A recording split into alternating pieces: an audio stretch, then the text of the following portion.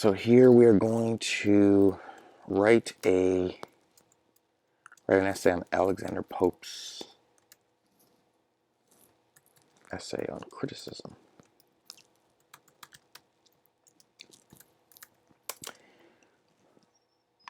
And I forgot to mention some of the obvious, which is to make sure that if you've got a class, obviously you're taking this, for a class, you want to take notes and maybe include some of those conclusions, those epiphanies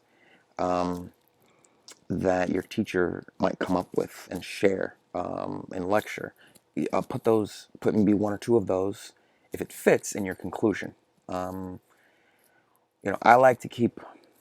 Well, we can talk about this another time. I mean, there are a lot of theories and a lot of. If you see different writing on the internet or different writing and criticism, they bring in a lot of these authors and these essay writers. They bring in a whole bunch of different sources. So that's a way to play it. And there are probably some students that are just very savvy and sophisticated in that regard, and they bring in other criticism, and then they'll talk about those critics and say, oh, this guy's wrong because this, and then they'll talk about the main source material. I would rather try to hit a double, a solid double, and try to nail it, because it's possible if you hit a solid double to still pull an A. Sometimes I'll make a fantastic point, or like one or two like fantastic points that push beyond the teacher's or the educator's sort of lecture analysis on the material. So but yeah, we'll do a lot of these, and hopefully I cover a lot of this ground. But I like to focus strictly on the content, on the actual text. And then at the end, perhaps I might mildly introduce, sort of the time frame that the author is writing in, and, and how that might connect to, how that might lead into the thesis. But then I focus strictly on the text. And then maybe in the conclusion, I might, again, place the reason why this thesis is true, or the reason why I push this thesis forward, and walk through it, and I put that in historical context. Or you could just really treat the text as individual. You're saying, Alexander Pope is. Let's just use it in colloquial terms. Like Alexander Pope is talking more smack about critics than authors.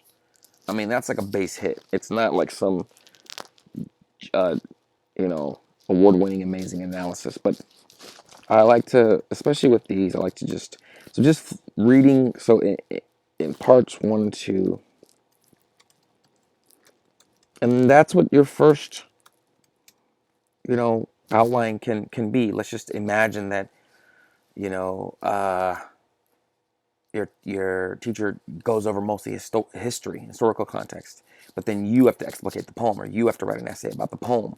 You can mention historical context, but you can also sort of skate around that and try to go for a solid base hit. The tough thing about historical context is, and using other source material, is sometimes you're trying to hit a home run or a grand slam, and I would much rather hit a solid double than go for the grand slam. So yeah, so based on what I've been reading, it looks like Pope's analysis is that of, and this is not going to be the thesis, but it's going to evolve into the thesis. Talking smack more about the critic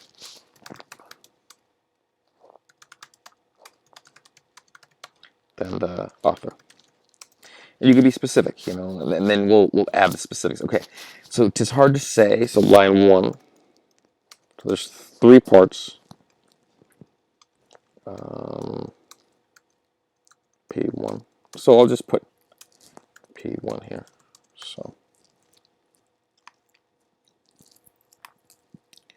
So line 1.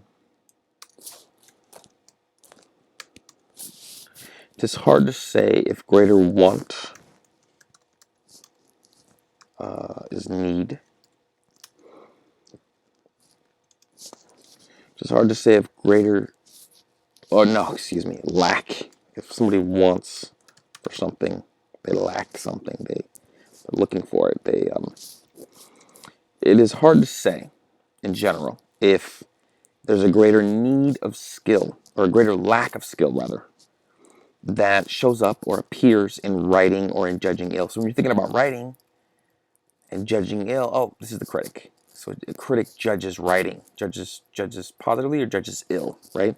Um, so and then looking at someone, when you're reading these classic texts, these guys know what they're doing, and so generally, if A is the writer and B is the critic, if that shows up again in a couple lines, or the next line, it's probably going to be in the same parallel structure.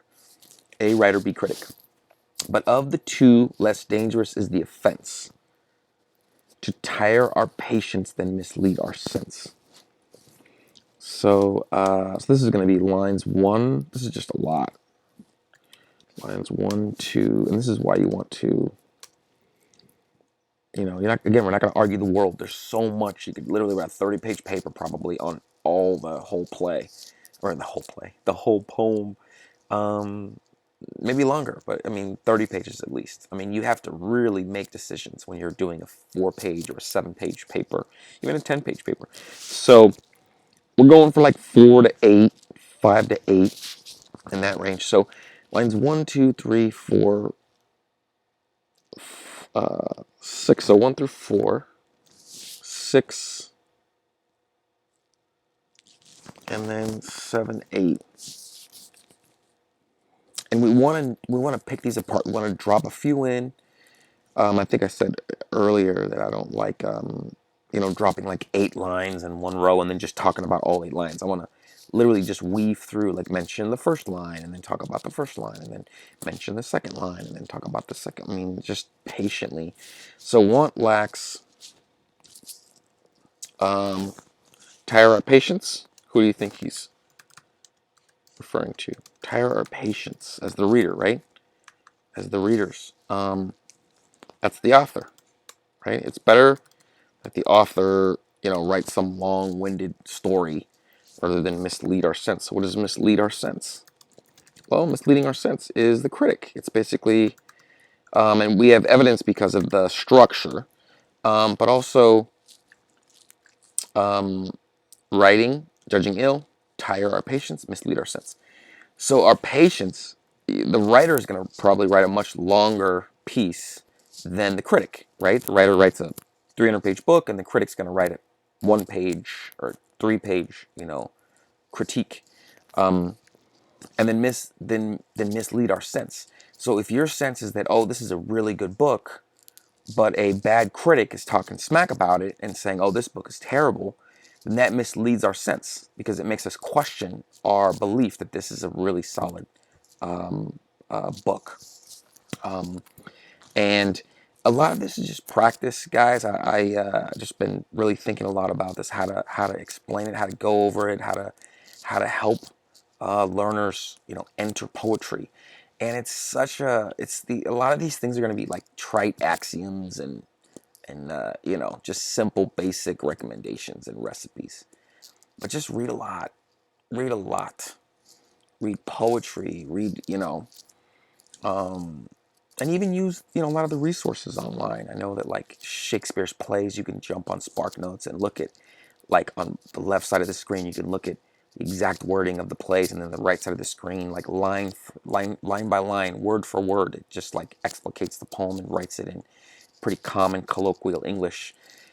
Just, ask questions and go to class and take good notes. But I mean, really reading a lot. I mean, I thinking about it, like, it would be really tough to be an amazing, unless you were really good at like doing research and like looking at all kinds of different articles and essays and different sort of literary analysis by authors, books in the library, etc. They're all talking about the same poem or the same the same story, the same book, etc. And then just reading a whole bunch of them, and then also paying attention in class and like sort of picking. But it would be really hard to explicate well, whether it's a book or poems or these different sources, without having read a lot growing up. It's so much more challenging to like your palate. It's kind of like it goes back to math, right? Doing lots and lots of math problems and not being arrogant and saying, oh, well, I understand this concept. This is fine. Well, yeah, you might understand it, but you want to get it to where it's just simple. It's rote. So you want to, you want to do, you want to throw in flourishes, negative exponents. You want to throw in, you know, um, absolute value. You want to see how it changes if it's a quadratic formula, if it's a degree of two, if the variable has a degree of two, a maximum degree of two, or maximum degree of five. How does the graph change? I mean, the same thing with computer science. It's like you're not going to get good. You could say, oh well, like like I know this because this code looks easy. Well, yeah, it might look easy now, but you're not going to get really, really good unless you spend thousands of hours like swimming in that. So reading is no exception. But yeah, so we'll start this. Some few in that, but numbers err in this. 10 censure wrong for one who writes amiss. So 10 censure wrong for one amiss. So 10 bad criticisms or critiques for every one bad book or piece, creative piece by the author, or it could be or 10 bad critics for every one bad author. So we can. And then a fool might once himself alone expose. Now one in verse makes many more in prose. There are a lot of things that you can do. So my recommendation is, I'll just mention this. I'm not going to be arrogant and say, oh, well, I know every single line. And so what I want to do is I want to sort of come at these videos as if I was a student, because I was a student and I have been a student.